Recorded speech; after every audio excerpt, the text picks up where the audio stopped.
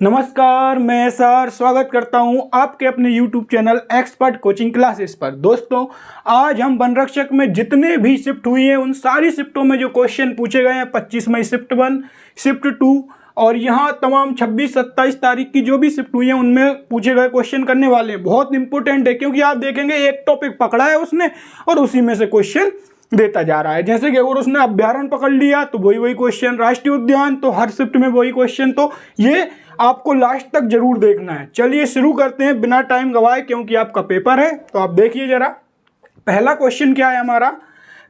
हम 25 मई शिफ्ट 1 से स्टार्ट करते हैं। 25 मई शिफ्ट 1 में जो भी क्वेश्चन पूछे गए हैं सारे क्वेश्चन जेन्युइन होंगे। आप अपने दोस्त से पूछ सकते हैं, अगर उसका इस शिफ्ट में पेपर हो तो वो बता देगा यही क्वेश्चन थे। पहला क्वेश्चन है, भारत का सबसे बड़ा राष्ट्रीय उद्यान कौन सा है। तो भारत का सबसे बड़ा राष्ट्रीय उद्यान कौन सा है, आंसर दीजिए। इसका आंसर है, भारत का सबसे बड़ा राष्ट्रीय उद्यान है हेमिस राष्ट्रीय उद्यान। अब राष्ट्रीय उद्यान से क्या क्वेश्चन आते हैं जरा वो देखिए। सबसे छोटा अगर पूछ ले, सबसे छोटा कौन सा है, तो दक्षिणी बटन द्वीप। ये कहां पर है, अंडमान निकोबार द्वीप समूह में है। गिर राष्ट्रीय उद्यान, गिर राष्ट्रीय उद्यान ये वो राष्ट्रीय उद्यान है जो बार बार पूछे जाते हैं। गिर राष्ट्रीय उद्यान ये कहां पर है, ये है गुजरात में। और किस यहाँ क्या पाया जाता है, तो यहाँ एशियाई शेर पाए जाते हैं, एशियाई शेर पाए जाते हैं। गिर राष्ट्रीय उद्यान कहाँ है, गुजरात में। सरिस्का कहाँ है, सरिस्का ये आपकी शिफ्ट में एक क्वेश्चन इससे ही मिल जाएगा जो मैं बता रहा हूं। सरिस्का, रणथंबोर, ये केवलादेव ये कहां पर है, ये राजस्थान में। ये कहां पर है, राजस्थान में। असम में, असम के पूछे जाते हैं। असम, असम में कौन सा है, नामेरी राष्ट्रीय उद्यान कहां पर है, नामेरी असम में है। मानस असम में है, मानस राष्ट्रीय उद्यान कहां पर है, असम में है। और काजीरंगा राष्ट्रीय उद्यान कहां पर है, काजीरंगा ये है आपका सिक्किम में। काजीरंगा अगर पूछ ले तो वो है सिक्किम में। एमपी में पेंच राष्ट्रीय उद्यान जो कि इंपॉर्टेंट है, ये एमपी में है। और एमपी में भी कहाँ है, छिंदवाड़ा में। पेंच राष्ट्रीय उद्यान इंपॉर्टेंट है। कान्हा किसली, कान्हा किसली माधव राष्ट्रीय उद्यान ये कहाँ पर है, एमपी में है। नेक्स्ट क्वेश्चन, चार मीनार किसने बनवाया था। तो चार मीनार किसने बनवाया है, चार मीनार बनवाया है कुली कुतुब शाह ने। कुली कुतुब शाह ने चार मीनार बनवाया है। जामा मस्जिद किसने बनवाई है, जामा मस्जिद ये आप कमेंट करके बताएं कि जामा मस्जिद किसने बनवाई है। जामा मस्जिद इंपॉर्टेंट है ये। और लखनऊ का इमामबाड़ा ये आपको कमेंट करके बताना है। नेक्स्ट क्वेश्चन है, 1956 में मध्य प्रदेश के गठन के समय किसको स्थान नहीं मिला। तो 1956 में जब गठन हुआ तो तीन थे, मध्य भारत, विंध्य प्रदेश और भोपाल राज्य को मध्य प्रदेश में स्थान मिला था, मुंबई को स्थान नहीं मिला था। राज्यसभा की सदस्यता के रूप में नॉमिनेट होने वाली अभिनेत्री का नाम क्या है, नरगिस है। क्या है, नरगिस है। राज्यसभा से इस बार संविधान से बहुत क्वेश्चन आ रहे हैं, तो जरा राज्यसभा से कुछ पॉइंट क्लियर कर लेना आप। राज्यसभा, राज्यसभा से कुछ पॉइंट की उच्च सदन किसे कहते हैं, उच्च सदन, उच्च सदन राज्यसभा को कहते हैं। स्थायी सदन किसे कहते हैं, स्थायी सदन, स्थायी सदन किसे कहते हैं, स्थायी सदन राज्यसभा को कहते हैं। राज्यसभा कभी भी भंग नहीं होती है और 1/3 लोग हर साल ट्रांसफर होते रहते हैं। 1/3 लोग हर साल नहीं, 1/3 लोग 2 साल में। और इसकी सदस्य बनने की आयु क्या है, तो इसकी सदस्य बनने की आयु 30 वर्ष है। अब जरा देखना, राज्यपाल, राष्ट्रपति, राष्ट्रपति और उपराष्ट्रपति इनका कार्यकाल कितना होता है, इनका कार्यकाल होता है 5 वर्ष का। हम कहाँ कंफ्यूज हो जाते हैं, उपराष्ट्रपति बैठता है कहाँ पर, राज्यसभा में, क्योंकि ये राज्यसभा का क्या होता है, पदेन सभापति होता है। राज्यसभा का पदेन सभापति होता है। राज्यसभा का पदेन सभापति कौन होता है, उपराष्ट्रपति होता है। उपराष्ट्रपति का भी कार्यकाल 5 वर्ष होता है, राज्यपाल का भी और राष्ट्रपति का। राज्यपाल राष्ट्रपति के प्रसाद पर्यंत कार्य करता है। इसका मतलब यह है कि वैसे अगर ऑप्शन में आ जाए 3, 4, 5, 6 तो हम लगाएंगे 5 साल, लेकिन ये राष्ट्रपति के प्रसाद पर्यंत कार्य करता है। राष्ट्रपति की इच्छा है तब तक ही ये कार्य करेगा। कौन, राज्यपाल। नेक्स्ट क्वेश्चन है, किस नृत्य का नाम कुचिलपुर गांव के नाम पर रखा गया है? तो इस नृत्य का नाम, तो इसका आंसर है कुचिपुड़ी। कुचिपुड़ी, कुचिपुड़ी कहाँ का नृत्य है? कुचिपुड़ी, ये तेलंगाना। कुचिपुड़ी कहाँ का नृत्य है? पुड़ी आदि, आंध्र प्रदेश का नृत्य है कुचिपुड़ी, आंध्र प्रदेश का नृत्य है कुचिपुड़ी। अब मैं जो बता रहा हूं वो याद रखना, असम के पूछे जाएंगे आपसे, असम के। बिहू, बिहू कहाँ का है? असम का है। बिछुआ, ये कहाँ का है? असम का है। बिहू, बिछुआ। और असम के कौन कौन से हैं? कली गोपाल, कली गोपाल, खेलो गोपाल, ये गोपाल करके, ये कहाँ के हैं? असम के हैं। तेलंगाना का पूछा जाएगा, तेलंगाना का है बतुकम्मा, बतुकम्मा। और पूछा जाएगा एमपी का राई, ढिमराई। माच, ये फेमस नृत्य है माच। फूल पत्ती, ये कहाँ के हैं? ये है एमपी के। पश्चिम बंगाल के याद रखना, पश्चिम बंगाल का एक बहुत इंपॉर्टेंट नृत्य है पश्चिम बंगाल का, वो है कौन सा? कीर्तन और गंभीर, ये कहाँ के हैं? पश्चिम बंगाल के नृत्य हैं। और कौन से राज्य के नृत्य हैं? जैसे कि उत्तर प्रदेश का, यूपी का नौटंकी, ये इंपॉर्टेंट है, यूपी का नौटंकी। महाराष्ट्र का क्या है? महाराष्ट्र का लावड़ी, ये कहाँ का है? लावड़ी नृत्य, ये महाराष्ट्र का है। तो अगले क्वेश्चन पर चलते हैं। अगला क्वेश्चन है हमारा, भारत में लगातार 2 बार राष्ट्रपति कौन चुने गए? भारत में लगातार 2 बार राष्ट्रपति कौन चुने गए? ये लंबी क्लास हो सकती है, लेकिन ये देखना इसलिए जरूरी है क्योंकि हर शिफ्ट में, जैसे कि यहाँ पर राष्ट्रपति से क्वेश्चन ये पूछ लिया 2 बार राष्ट्रपति, अब अगली शिफ्ट में आप देखोगे वो पूछेंगे पहले राष्ट्रपति कौन है, कार्यकाल के दौरान मृत्यु हो गई वो राष्ट्रपति कौन है, आपातकाल के समय कौन राष्ट्रपति थे। तो इस तरीके के क्वेश्चन हर शिफ्ट में आपको देखने के लिए मिलेंगे, तो इसलिए लगे रहना है। भारत में लगातार 2 बार राष्ट्रपति कौन चुने गए? तो डॉक्टर राजेंद्र प्रसाद। अब मैं देखिए जरा बताता हूं आपको, किसकी बात की है? राष्ट्रपति की। तो राष्ट्रपति कौन चुने गए? राजेंद्र प्रसाद। कब? 1950। यह डेट आपको याद रखना, 1950 में पहले राष्ट्रपति कौन चुने गए? राजेंद्र प्रसाद। सबसे लंबा कार्यकाल भी पूछे तो राजेंद्र प्रसाद। दूसरे राष्ट्रपति कौन थे? सर्वपल्ली राधाकृष्ण।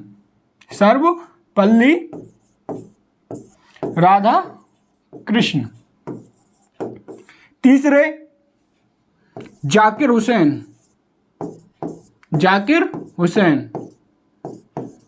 और चौथे बीबी गिरी। इस तरीके से ये चलते जाएंगे।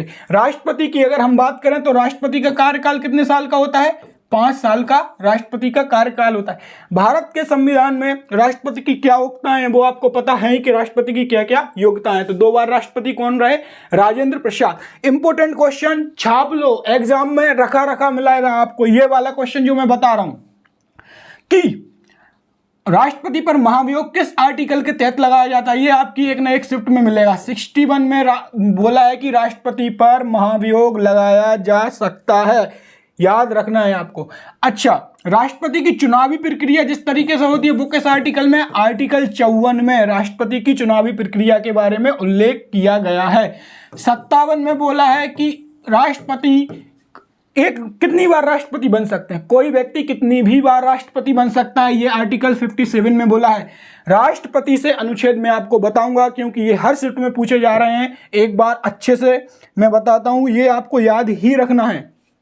देखिए हम पूरा इसको डिस्कस कर लेते हैं। क्या है इसमें? देखना, सबसे पहले अगर हम देखें कि राष्ट्रपति के बारे में, तो राष्ट्रपति का कार्यकाल 5 वर्ष। पहले राष्ट्रपति राजेंद्र प्रसाद जो लगातार 2 बार अपने पद पर रहे।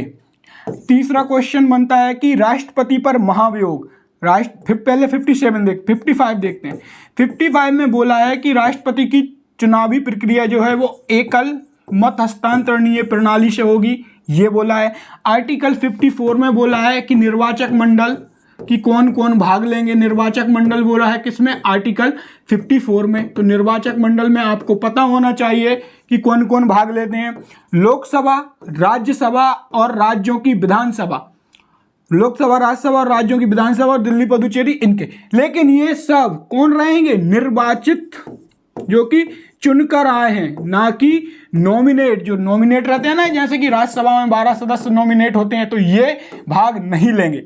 अब बात करते हैं 61 की। 61 में क्या है, 61 में राष्ट्रपति पर महाभियोग की प्रक्रिया के बारे में बताया है। राष्ट्रपति पर महाभियोग, ये आपके एग्जाम में आने ही वाला है।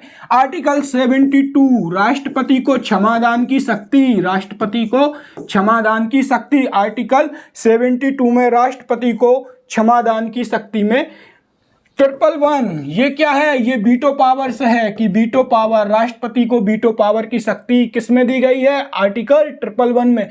आर्टिकल 143 क्या कर सकता है, राष्ट्रपति सुप्रीम कोर्ट के न्यायाधीश से सलाह मशवरा ले सकता है। तो ये स्लाइड आपके लिए इंपॉर्टेंट है, एक क्वेश्चन यहां से आपका पक्का होने वाला है। अगला क्वेश्चन चलते हैं, चंगेज खां कौन से वंश का था। तो ये कौन से वंश का था, मंगोल वंश का था। मंगोल वंश का कौन था, चंगेज खां था।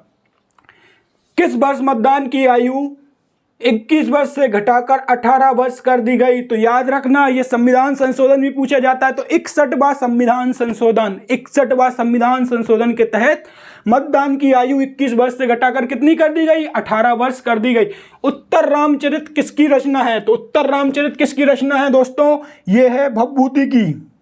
उत्तर रामचरित किसकी रचना है, भवभूति की। जरा मैं कुछ क्वेश्चन बताता हूं आपको, याद रखना कि जैसे रामायण किसने लिखी है, वाल्मीकि ने लिखी है। रामचरितमानस किसने लिखी है, तुलसीदास ने लिखी है। और बाबरनामा किसने लिखी है, बाबरनामा, बाबरनामा ये तो बाबर ने ही लिखी है। और किस भाषा में लिखी है, तुर्की भाषा में। लेकिन हुमायूं नामा किसने लिखी है, हुमायूं नामा ये किसने लिखी है, हुमायूं नामा ये गुलबदन बेगम ने लिखी है। गुलबदन बेगम, गुलबदन बेगम ने क्या लिखी है, हुमायूं नामा लिखी है। और अकबरनामा किसने लिखी है, अकबरनामा, अकबरनामा, अकबरनामा लिखी है अबुल फजल ने, अबुल फजल ने, अबुल फजल ने। एक क्वेश्चन था कि आईने अकबरी, एक आईने अकबरी बुक है, आईने अकबरी के कितने पार्ट हैं, आईने अकबरी के। तो इसके 3 पार्ट हैं। किसके, आईने अकबरी के कितने पार्ट हैं, तो आईने अकबरी के हैं 3 पार्ट। रामायण की रचना, महाभारत किसने लिखा है, महाभारत, महाभारत का अनुवाद पूछते हैं कि महाभारत का फारसी में अनुवाद किसने किया है। तो ये जरा कमेंट में आप बताएं। और पुस्तक की अगर बात करें, वन इंडियन गर्ल, ये चेतन भगत की पुस्तक है। द अनटोल्ड स्टोरी ये किसकी पुस्तक है। तो ये पुस्तकों से कुछ क्वेश्चन है। और दोस्तों मैं सारे टॉपिक आज जैसे कि पुस्तक से हर शिफ्ट में पूछ रहा है क्वेश्चन, तो आप मुझे बताएं कि मैं अगली वीडियो किस टॉपिक पर लेकर आऊं। जैसे कि वो हर शिफ्ट में पूछ रहा है कि WTO में कितने सदस्य हैं, WHO में कितने सदस्य हैं, तो क्या मैं पूरे संगठन जितने भी ऑर्गेनाइजेशन हैं उन पर वीडियो लेकर आऊं। तो आप मुझे कमेंट में बताएं। प्लीज़ इस चैनल को सब्सक्राइब करके रखना, क्योंकि हर दिन एक ना एक इंपॉर्टेंट वीडियो इस चैनल पर आने वाली है। अगले क्वेश्चन पर चलते हैं दोस्तों। नेक्स्ट क्वेश्चन है, UNFFC का COP27 सम्मेलन की मेजबानी किस देश ने की। तो मिस्र ने। चीनी का कटोरा किसे कहते हैं, उत्तर प्रदेश को। चीनी का कटोरा किसे कहते हैं, उत्तर प्रदेश को। क्यों कहते हैं, क्योंकि सबसे ज्यादा गन्ना यहीं मिलता है। विश्व में चीनी का कटोरा किसे कहते हैं, क्यूबा, क्यूबा को विश्व में चीनी का कटोरा कहते हैं। चीनी का फॉर्मूला अगर पूछ ले, चीनी का फॉर्मूला पूछ ले सुक्रोज का, तो C12H22O11 ये हमें याद रखना है, C12H22O11। शार्क में कितने सदस्य हैं। देखिए दोस्तों, मैं बोल रहा था अंतर्राष्ट्रीय संगठन से हर शिफ्ट में क्वेश्चन पूछा जा रहा है कि इसमें कितने सदस्य हैं, कौन से देश हैं। तो इसकी वीडियो मैं लेकर आऊंगा। 8 हैं इसमें।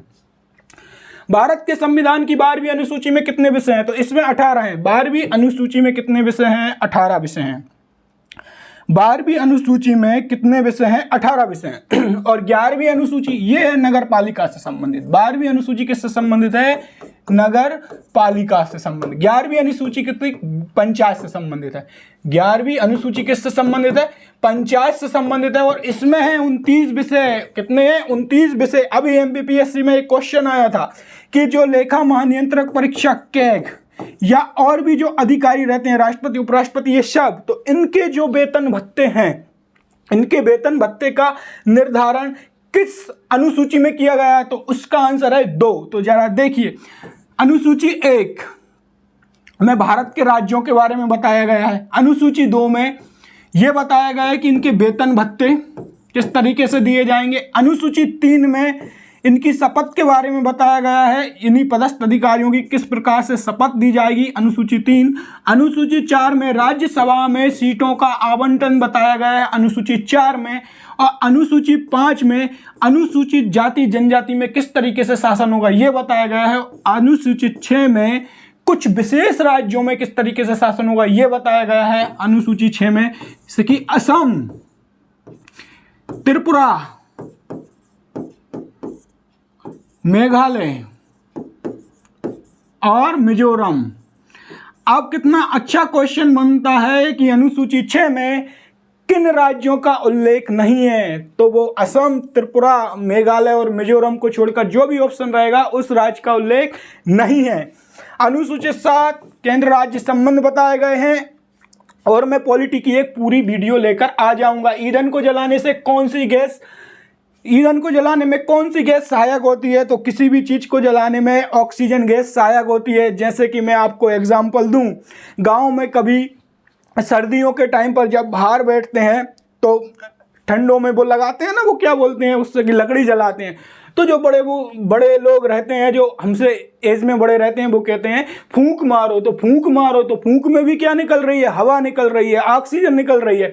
तो ईंधन को जलाने में, किसी भी ईंधन को जलाने में क्या जरूरी होती है, ऑक्सीजन। ऑक्सीजन का सिंबल क्या होता है, O2। ऑक्सीजन का क्या होता है, O2, याद रखना है हमें। ऑक्सीजन का सिंबल क्या होता है, O2। Sb का रासायनिक नाम क्या है, एंटीमनी। अब ये सिंबल है Sb, O2, Hg, जैसे कि पारा का होता है Au, सोना का होता है। तो ये जो सारे Si, सिल्वर, ये सिंबल हैं, इनकी भी हम एक अलग से वीडियो लेकर आएंगे। तो इस चैनल को सब्सक्राइब करके रखना, अभी सब्सक्राइब करें दोस्तों, क्योंकि ये बहुत इंपॉर्टेंट होने वाला है आपके लिए। जूल किसका मात्रक है, तो जूल किसका मात्रक है, ऊर्जा का मात्रक। ऊर्जा का मात्रक क्या है, जूल है। एक और क्वेश्चन, SI पद्धति में बल का मात्रक क्या है, बल का मात्रक न्यूटन है।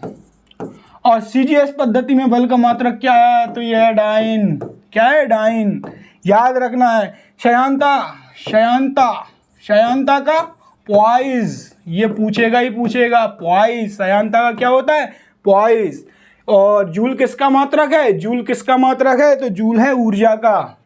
ओजोन परत में पहली बार छिद्र कहाँ देखा गया था, तो कहाँ देखा गया था ओजोन परत में पहली बार छिद्र, तो ये देखा गया था अंटार्कटिका में। अब ओजोन परत से क्वेश्चन, ओजोन परत किस मंडल में पाई जाती है, समताप मंडल में पाई जाती है। ओजोन परत का फॉर्मूला O3 होता है, अणुभार 48 होता है। कैसे, मैं बता देता हूँ।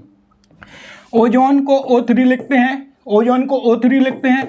ऑक्सीजन का परमाणु क्रमांक कितना होता है, ऑक्सीजन का परमाणु क्रमांक 8 होता है, लेकिन परमाणु भार कितना होगा, 8 दूनी 16 होगा। तो 16 एक O का हो गया, प्लस 16, ये क्या हो गया, 48 हो गया। तो O3 का परमाणु भार क्या हो गया, अणुभार 48 हो गया O3 का। ओजोन को किस में नापते हैं, ओजोन परत की जो मोटाई है वो किस में मापते हैं, तो ये मापते हैं हम डॉप्सन में, डॉप्सन यूनिट में मापते हैं। किसकी, ओजोन परत की मोटाई। और ये कहाँ पाई जाती है, तो ये पाई जाती है समताप मंडल में, समताप मंडल में। और इसमें ही सड़ी हुई मछली जैसी गंध आती है, किसमें, ओजोन परत में। वायुमंडल में सर्वाधिक सांद्रता किस गैस की है, तो ये हमें बताएं कि वायुमंडल में सर्वाधिक सांद्रता किस गैस की है, तो ये है नाइट्रोजन। लेकिन अब जरा परसेंटेज याद रखना, जैसे कि नाइट्रोजन की बात करें तो 78% है, ठीक है। ऑक्सीजन की बात करें तो 21% है। अब मेरा क्वेश्चन है कि वायुमंडल में तीसरे नंबर पर पाई जाने वाली सर्वाधिक गैस कौन सी है, तो आप लगा के आओगे कार्बन CO2, जो कि गलत है। अब है आर्गन, तीसरे नंबर पर आएगी आर्गन, और चौथे नंबर पर कौन सी आएगी, कार्बन। तो आर्गन के बाद कार्बन डाइऑक्साइड आएगी। तो पहले नंबर पर ये, दूसरे पर ये, तीसरे पर ये, और चौथे नंबर पर ये। और क्वेश्चन याद रखना, वायुमंडल बोला है, वायुमंडल बोला है। क्या बोला है, वायुमंडल बोला है। ब्रह्मांड बोल देता कि ब्रह्मांड में सबसे ज्यादा कौन सी गैस पाई जाती है, तो आंसर बदल जाता है, ये हो जाता हाइड्रोजन। कौन सा हो जाता, हाइड्रोजन। पृथ्वी की ऊपर पट्टी बोल देता है तो ऑक्सीजन हो जाता है। तो ये आंसर में आप डिफरेंस रखना। 1 नैनोसेकंड किसके बराबर होता है? तो 1 नैनोसेकंड किसके बराबर होता है दोस्तों? ये होता है 10 की घात -9, 10 की घात -9 के बराबर होता है। देखिए मिली माइक्रो नैनो पिको, इससे ही क्वेश्चन उठ के आना है आपके। इस शिफ्ट में ये पूछ लेगा, अगली में पिको पूछ लेगा, फिर मिली पूछ लेगा। तो याद रखना 10 की घात -3 मिली, 3 बढ़ाते जाओ, 10 की घात -6, 10 की घात -9 और 10 की घात -12। तो मिली माइक्रो नैनो पिको, 10 की घात -3, 6, 9, 12। तो इसमें क्या है? नैनो मतलब 9, 10 की घात -9 का मतलब समझते हो? जैसे कि मैंने बोला x की घात -1, तो क्या हो जाएगा ये 1/x। और 10 की घात -9 मतलब 1/10 की पावर 9 मतलब 10 के साथ 9 जीरो लगा दो आप, तो ये हो जाएगा नैनो सेकेंड।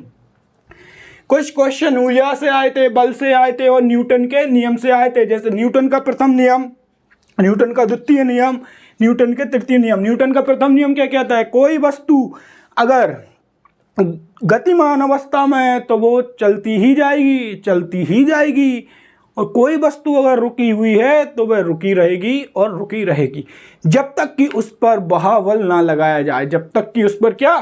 बहावल ना लगाया जाए तब तक वह वस्तु उसी दिशा में चलती ही जाएगी। तो ये न्यूटन का पहला नियम है। न्यूटन का दूसरा नियम बल की व्यंजक देता है कि वो उसे डिफाइन करता है कि P बराबर mv, संवेग में परिवर्तन की दर। ये क्या है? न्यूटन का दूसरा नियम है। इसके उदाहरण पूछा जाता है कि कोई खिलाड़ी या जो बॉल आ रही है उसको जब वो कैच पकड़ता है तो पीछे की तरफ ही क्यों लेता है? ताकि समय बढ़ जाए और उसके हाथ में कम चोट लगे। और न्यूटन का तृतीय नियम क्या है? प्रत्येक क्रिया के बराबर एवं विपरीत प्रक्रिया होती है। अगर आप किसी के गाल में अगर स्लैप करोगे तो दूसरा भी करेगा। तो ये न्यूटन का क्या है? तृतीय नियम है। बल से क्वेश्चन आया था और ऊर्जा से क्वेश्चन आया था। बल बराबर क्या होता है? F बराबर होता है ma, द्रव्यमान गुणा त्वरण। प्रति सेकंड दोलनों की संख्या क्या कहते हैं? दोलनों की आवृत्ति कहते हैं। गुणसूत्र की खोज किसने की थी? वाल्थर फ्लेमिंग ने गुणसूत्र की खोज की थी। वाल्थर फ्लेमिंग ने की थी, ये हमें याद रखना है। माइटोकॉन्ड्रिया की खोज किसने की थी? ये आप कमेंट में बताएं। आणविक आकर्षण किस अवस्था में मजबूत रहता है? तो ये तो आप सबको पता होगा, थोड़ा सा मैं हिंट दे देता हूं। ठोस अवस्था में। यह है पत्थर और यह है क्या? दूध, जो कि लिक्विड अवस्था में है। यह है क्या? गैस। आणविक आकर्षण का मतलब रहता है ये बंधे हुए हैं एक दूसरे से, बॉन्डिंग कितनी अच्छी है इनकी, चिपके हुए हैं एक दूसरे से। जैसे कि अगर मैं बोलूं पत्थर के अणु क्या रहेंगे, ठोस के अणु बहुत क्या रहते हैं? पास रहते हैं, तो इनमें आकर्षण बल क्या है? ज्यादा। इसके थोड़े से दूर रहते हैं तो इसमें आकर्षण बल इसके कंपैरिजन में थोड़ा कम, और इसमें तो बहुत दूर रहते हैं तो इसका सबसे कम। जैसे कि पत्थर के 5 टुकड़े ले लो एक बाल्टी में और इन्हें नीचे फैला दो, तो ये वहीं फैले रहेंगे, आगे नहीं बढ़ेंगे। दूध फैला दो बाल्टी में तो ये थोड़ी दूरी तक चला जाएगा, लेकिन अगर गैस सिलेंडर अगर खोल दिया तो पूरे में महक छूट जाएगी। तो गैस क्या रहता है? इसके अणु बहुत दूर रहते हैं। सबसे कठोर पदार्थ कौन सा है? तो यह है हीरा। सबसे कठोर पदार्थ कौन सा है? हीरा। और हीरा क्या है? धातु या अधातु? अधातु है। और इसके साथ ग्रेफाइट भी याद रखना है आपको। ग्रेफाइट भी क्या है? अधातु है, लेकिन वो है सुचालक अधातु है। हीरा किसके कारण चमकदार होता है? तो पूर्ण आंतरिक परावर्तन के कारण, टोटल इंटरफेरेंस रिफ्लेक्शन के कारण हीरा क्या होता है? चमकदार होता है। अगला क्वेश्चन है 25 मई शिफ्ट 2, यहां से स्टार्ट होती है। संविधान की प्रस्तावना को सबसे पहले किसने प्रस्तावित किया? पंडित जवाहरलाल नेहरू ने। और इसे उद्देशिका के नाम से जाना जाता है। तो उद्देशिका का क्वेश्चन आता है कि उद्देशिका कब प्रस्तावित की गई? तो 13 तारीख 1946, ये आपको याद रखना है। कब? संविधान की प्रस्तावना 1946, जरूर याद रखना है। पंडित जवाहरलाल नेहरू पहले कौन थे? ये पीएम थे कौन? पंडित जवाहरलाल नेहरू। और इनका ही सबसे लंबा क्या है? कार्यकाल है पंडित जवाहरलाल नेहरू का। चलिए अगले क्वेश्चन पर चलते हैं। तराई हाथी अभ्यारण्य किस राज्य में? उत्तर प्रदेश में है। उत्तर प्रदेश में है। और मैंने अभ्यारण्य आपको बता दिए थे शुरू की स्लाइड में ही, 25 मई जब डिस्कस कर रहे थे हम। मध्य प्रदेश विधानसभा में अनुसूचित जनजाति के लिए कितनी सीटें आरक्षित हैं? तो अनुसूचित जनजाति के लिए कितनी सीटें आरक्षित हैं? ये है 47। और अनुसूचित जाति के लिए कितनी है? ये तो हो गई एसटी के लिए। अनुसूचित जनजाति के लिए, अनुसूचित जाति पूछे तो 35 लगा देना। ये मध्य प्रदेश की विधानसभा की बात चल रही है। लोकसभा में पूछे तो एसटी की हैं 6 और एससी की हैं कितनी? 4। ये लोकसभा में है। और मध्य प्रदेश में सबसे ज्यादा एसटी पाई जाती है, 21% के समथिंग एसटी पाई जाती है। और ये सबसे ज्यादा कहाँ पाई जाती है? झाबुआ अलीराजपुर में। झाबुआ अलीराजपुर में। संख्या पूछे तो धार में। संख्या पूछे तो धार में। मालदीव ने अपना सर्वोच्च सम्मान किसे दिया? तो ये नरेंद्र मोदी जी को दिया है। मालदीव ने अपना सर्वोच्च सम्मान। द बॉल के नाम से कौन फेमस है? राहुल द्रविड़। राहुल द्रविड़ किस नाम से फेमस है? द बॉल के नाम से। चिंकू के नाम से, चिंटू या चिंकू के नाम से कौन फेमस है? तो ये है विराट कोहली जी। रविन्द्रनाथ टैगोर को साहित्य का नोबेल पुरस्कार कब मिला? 1913 में। 1913 में क्या मिला? रविन्द्रनाथ टैगोर जी को साहित्य का नोबेल पुरस्कार कब मिला? 1913 में मिला। इनकी पुस्तक कौन सी थी? गीतांजलि। गीतांजलि इनकी पुस्तक थी, गीतांजलि। ये हमें याद रखना है। अगर पिछला उठा के पूछेगा तो ये कैलाश सत्यार्थी हमें याद रखना है। कैलाश सत्यार्थी जिन्हें किसके साथ मिला है? मलाला यूसुफजई के साथ मिला है। मलाला यूसुफजई जो कि पाकिस्तानी है। मलाला यूसुफजई के साथ मिला है। मलाला यूसुफजई के साथ मिला है। कौन? कैलाश सत्यार्थी को। इनका कार्यक्रम चलता था बचपन बचाओ आंदोलन। इससे ये थे। और ये विदिशा के थे। और विदिशा का ही मैं हूँ। और कैलाश सत्यार्थी जी भी कहाँ के थे? विदिशा के थे। विदिशा में किले अंदर नाम से जगह है, वहां के थे ये कैलाश सत्यार्थी जी। पाउंड किस देश की मुद्रा है? तो ये है मिस्र की। तो मिस्र की मुद्रा क्या है? पाउंड है। और भी अलग अलग करेंसी की हम वीडियो लेकर आ जाएंगे, कहाँ पर है और इसकी ट्रिक भी बता देंगे। आप इस चैनल को सब्सक्राइब करके जरूर रखना दोस्तों, ये आपके लिए बहुत बेनिफिट है। अगर आपका अगली शिफ्ट में पेपर है तो ये आपके लिए रामबाण साबित होगा। हाल ही में जारी सबसे अधिक अपराधिक देशों की रैंकिंग में कौन सी इस पर रहा? तो वेनेजुएला।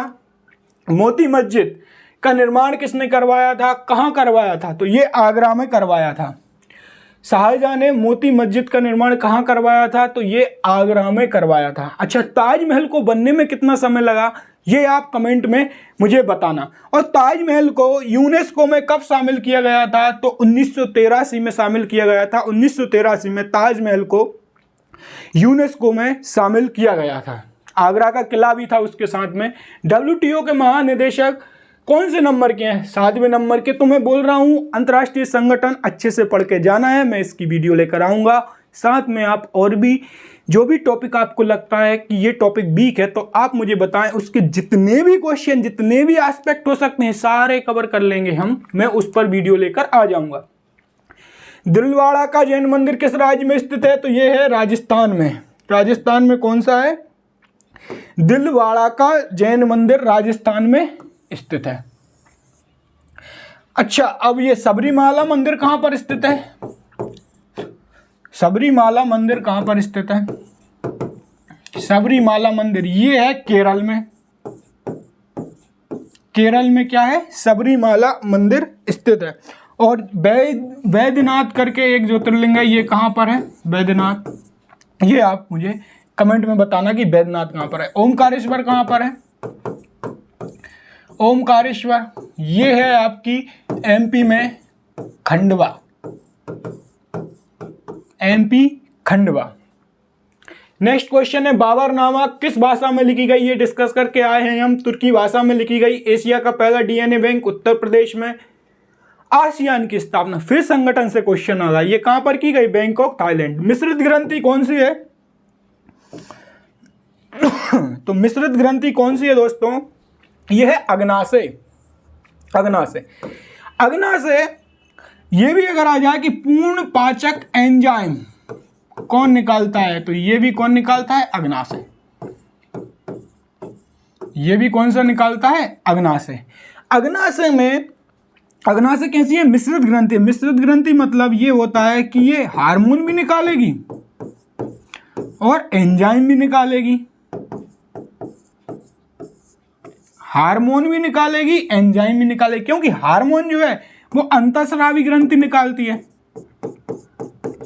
और एंजाइम जो है वो कौन निकालती है? बाह्यस्रावी ग्रंथि निकालती है। लेकिन ये दोनों निकालती है, इसलिए इसे क्या कहते हैं? मिश्रित ग्रंथि कहते हैं। मिश्रित ग्रंथि कहते हैं। Hormone, insulin hormone, insulin hormone कौन निकालता है? यही निकालता है। और इसकी 3 सेल रहती हैं, अल्फा, बीटा और गामा सेल रहती है। तो बीटा सेल क्या निकालती है? इंसुलिन हार्मोन निकालती है। और अल्फा सेल क्या निकालती है? ग्लूकागोन हार्मोन निकालती है। ग्लूकागोन हार्मोन निकालती है अल्फा सेल। और एंजाइम की बात करें तो ये निकालती है टाल, ट्रिप्सिन, एमाइलेज और लाइपेज। ट्रिप्सिन, एमाइलेज और लाइपेज। अब देखना लाइपेज किसको पचा देगा? लाइपेज जो है ना वो किसको पचा देता है? तो ये पचा देता है लाइपेज फैट को। और एमाइलेज किसे? एमाइलेज पचा देगा आपका कार्बोहाइड्रेट को। और ट्रिप्सिन प्रोटीन को। तो इससे जो हार्मोन निकलता है वो देखिए जरा, प्रोटीन का भी डाइजेस्ट हो जाएगा, कार्बोहाइड्रेट का भी और फैट का भी। इसलिए इसे क्या कहते हैं? पूर्ण पाचक एंजाइम निकालता है। कौन? पूर्ण पाचक एंजाइम कौन निकालता है? अग्नाशय निकालता है। तो इसलिए इसे पूर्ण पाचक कहते हैं, क्योंकि ये सभी को डाइजेस्ट कर देता है। और ये हार्मोन भी निकालता है। कौन सा? इंसुलिन और ग्लूकागोन। इसलिए हार्मोन प्लस एंजाइम निकालता है। तो इसे क्या कहते हैं? मिश्रित ग्रंथि। क्योंकि जो हार्मोन निकालेगी वो सिर्फ अंतःस्रावी ग्रंथि होती है और जो एंजाइम निकालेगी वो क्या होती है? बाह्यस्रावी ग्रंथि होती है। तो ये आपको याद रखना है। नेक्स्ट क्वेश्चन है, सल्फ्यूरिक अम्ल का सूत्र क्या है? सल्फ्यूरिक अम्ल का सूत्र क्या है? तो इसका सूत्र है दोस्तों H2SO4। जरा देखना, अब मैं कुछ आपको बताने वाला हूं 10 फॉर्मूले, वो आपकी शिफ्ट में बिल्कुल हेजिटेट देखने के लिए आपको मिल जाएंगे।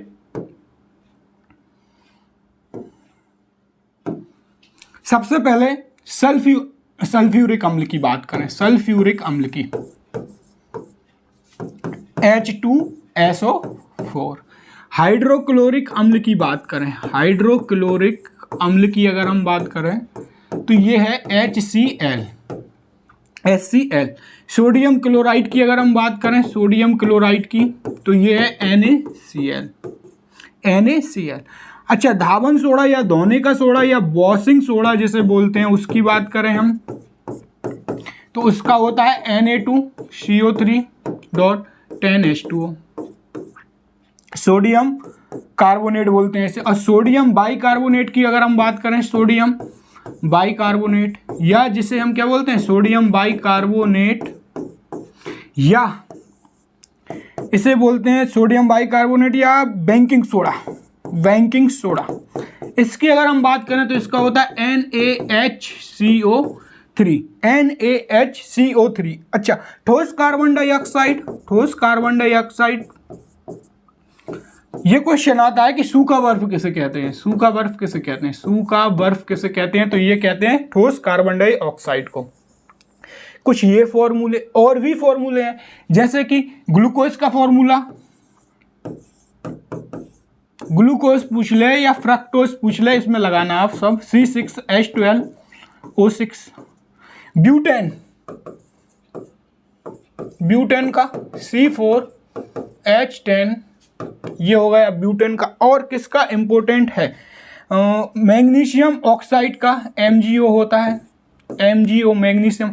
हंसाने वाली गैस कौन सी है? नाइट्रोजन, नाइट्रस ऑक्साइड, ये लाफिंग गैस कहते हैं, लाफिंग गैस कहते हैं। और भी जितने भी फॉर्मूले बन सकते हैं मैं इसकी सेपरेट वीडियो लेकर आऊंगा। ब्यूटेन का अणुभार कितना होता है? तो ये होता है 58। कैसे निकालेंगे? ब्यूटेन का क्या होता है? C4H10 होता है। C मतलब कार्बन, कार्बन की परमाणु संख्या 6 और अणुभार कितना होता है? 12। तो देखिए C4 12 प्लस 12 प्लस 12 प्लस 12, ये तो होगा C4। हमें क्या निकालना है? अणुभार निकालना है। अब क्या है? C4H10 होता है, हाइड्रोजन को क्या लिखते हैं? 1H1। अणुभार भी इसका क्या होता है? 1। और कितनी हाइड्रोजन है? 10। तो 10 गुणा 1, 10 टाइम 1 आ जाएगा। तो देख लीजिए 12 चौको 48 प्लस 10 कितना हो गया, 58 हो गया। प्रोटीन का संश्लेषण कौन करता है, तो ये करता है राइबोसोम। प्रोटीन का संश्लेषण कौन करता है, राइबोसोम। राइबोसोम किससे मिलकर बना है, protein plus RNA. Protein plus RNA से मिलकर बना है। राइबोसोम को हम प्रोटीन फैक्ट्री के नाम से भी जानते हैं। सबसे छोटा कण अगर पूछ लिया जाए कोशिका में कौन सा है, सबसे छोटा महीन कण, तो ये है राइबोसोम। राइबोसोम। एक ही दिशा में बल और विस्थापन लगता है तो किया गया कार्य क्या होता है, एक ही दिशा में बल और विस्थापन लगता है धनात्मक। जरा देखिए, आप हो ये, आप ये हो, आप इस दिशा में जा रहे हो और मैंने धक्का भी पीछे से मार दिया आपको। आप इस दिशा में जा रहे हो और मैंने आपके पीछे से धक्का मार दिया, तो आप हो सकता है बहुत आगे तक निकल जाओ, बहुत आगे तक निकल जाओ। कहने का मतलब ये है, जरा देखना आप, मैं बोल रहा हूं कि कोई वस्तु अगर इस दिशा में जा रही है और पीछे से मैंने ऐसे फोर्स लगा दिया उसी की डायरेक्शन में, तो वो किया गया कार्य क्या होगा, धनात्मक होगा। धनात्मक क्यों होगा, क्योंकि वो और आगे की ओर बढ़ती जाएगी। तो इसको हम ऐसे भी समझ सकते हैं, नहीं तो हम मैथमेटिकल तरीके से बहुत आसानी से समझ सकते हैं। देखिए, बल और विस्थापन, तो कार्य पूछा है, कार्य क्या होता है, कार्य होता है एफ एस कॉस थीटा। कार्य बराबर, कार्य का सिंबल क्या होता है, डब्लू, बल गुणा विस्थापन। डब्लू बराबर एफ एस, और ये सिंबल हटता है वेक्टर का, तो कॉस थीटा। अब जरा देखना, कॉस थीटा की हम बात कर रहे हैं। कॉस थीटा, कॉस 0 डिग्री क्या होता है, कॉस 0 डिग्री 1 होता है। कॉस 0 डिग्री 1, कॉस 90 डिग्री क्या होता है, 0 होता है। और कॉस 180 डिग्री क्या होता है, 180 डिग्री होता है -1। अब जरा देखिए, W बराबर एफ एस कॉस थीटा, इसमें सबसे पहले मैंने 0 डिग्री रख दिया। 0 डिग्री रखा तो कार्य क्या हो गया, कॉस थीटा, इसकी वैल्यू क्या हो जाएगी, 1। कॉस 0 डिग्री क्या होता है, 1, तो W बराबर एफ एस। लेकिन अभी ये प्लस में ही आया है। अब मैंने क्या रख दिया, 90 डिग्री रख दिया, तो क्या हो जाएगा, 90 डिग्री का मान 0 होता है, तो कॉस थीटा कॉस 90 क्या हो जाएगा, 0, तो ये भी पूरा 0 हो जाएगा, तो कार्य क्या आ गया, 0 आ गया। अब मैंने 180 डिग्री रख दिया। 180 डिग्री क्या होता है, -1 होता है, तो माइनस कॉस 180 डिग्री -1, तो माइनस एफ एस आ जाएगा। अब आप यहां से देख रहे होगे कि कार्य जो है ना, पॉजिटिव भी हो सकता है, निगेटिव भी हो सकता है और 0 भी हो सकता है ये कार्य। लेकिन फिर भी कार्य कैसी राशि है, अदिश राशि है। यही एकमात्र ऐसी राशि है जो पॉजिटिव निगेटिव हो सकती है, और ये कैसी है, अदिश राशि है दोस्तों। कैसी राशि है, अदिश राशि है। तो और बाकी ये फीचर जो है वो सदिश राशि में ही हो सकता है। सदिश राशि ही कैसी हो सकती है, प्लस माइनस हो सकती है। अब जरा देखो, आप इस दिशा में हो, कोई वस्तु इस दिशा में जा रही है और इस दिशा में ही बल लगा दिया, तो ये एंगल कितना बना, ये एंगल कितना बना, एक दूसरे को छू ही नहीं रहे, तो ये 0 डिग्री बना। मतलब एक ही दिशा में अगर बल लगा दिया जाए, जिस तरफ वस्तु है उसी दिशा में बल लगा दिया जाए, तो 0 डिग्री का एंगल बनेगा। 0 डिग्री का एंगल बनेगा तो कार्य कैसा होगा, धनात्मक होगा। अब अगर कोई वस्तु इस तरफ से जा रही है और आपने ऊपर से बल लगा दिया है, तो 90 डिग्री का एंगल बनेगा, तो कार्य कैसा होगा, 0 हो जाएगा। जैसे कि कोई कुली अपने सर पर सामान रखे हैं, तो ये कार्य क्या हो जाएगा, 0 हो जाएगा, उसका कार्य इंक्लूड नहीं किया जाएगा। 180 डिग्री की अगर बात करें, 180 डिग्री मान के चलो कोई वस्तु इस तरफ जा रही है और उस पर पीछे की तरफ फोर्स लगा दिया जाए, जैसे कि घर्षण बल के केस में होता है कि आप आगे की तरफ खींचोगे, वो पीछे की तरफ आपको फोर्स लगाएगा, तो ये क्या बना, एक सीधी लाइन, ये 180 डिग्री का एंगल बना। और 180 डिग्री में क्या होता है, कार्य निगेटिव होता है। 26 मई शिफ्ट 1, दोस्तों मैं पानी पी लेता हूं, उसके बाद हम फिर एनालिसिस करते हैं 26 मई फर्स्ट शिफ्ट का।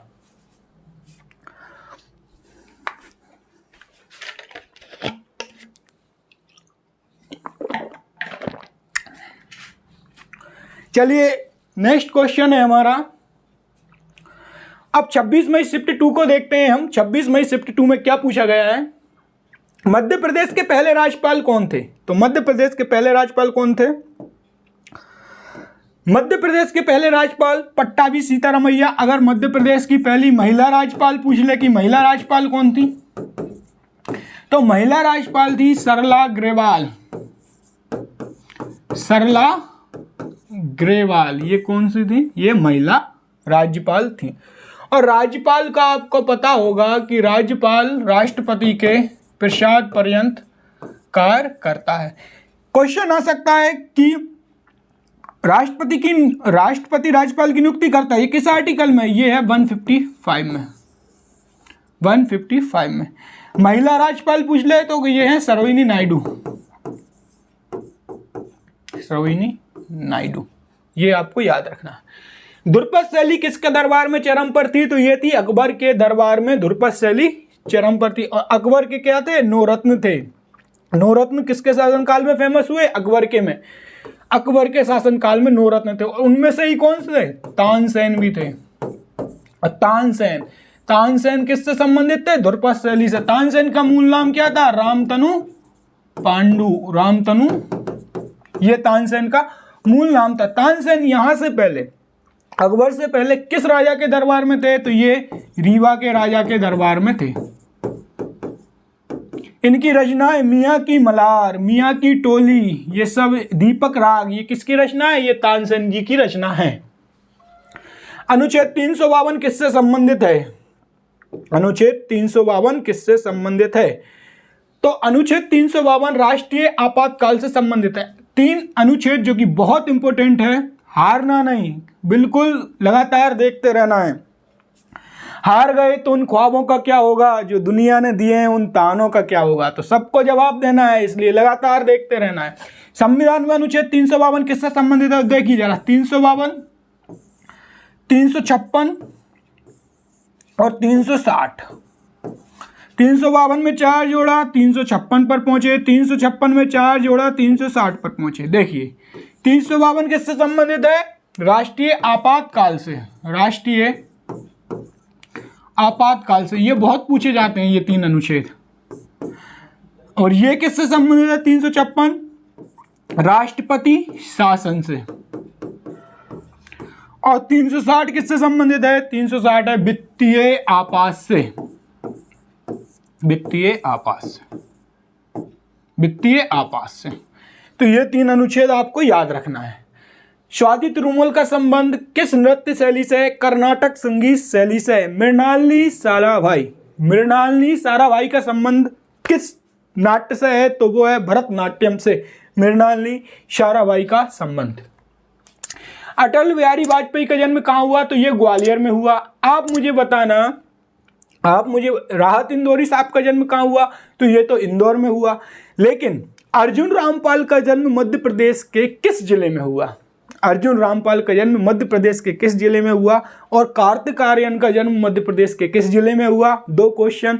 लता मंगेशकर का जन्म मध्य प्रदेश के किस जिले में हुआ? और सलमान खान का जन्म मध्य प्रदेश के किस जिले में हुआ? सलमान खान का मत बताना कमेंट में, क्योंकि ये पता होगा आपको कि इंदौर में हुआ है। तो इन तीनों का आपको बताना है।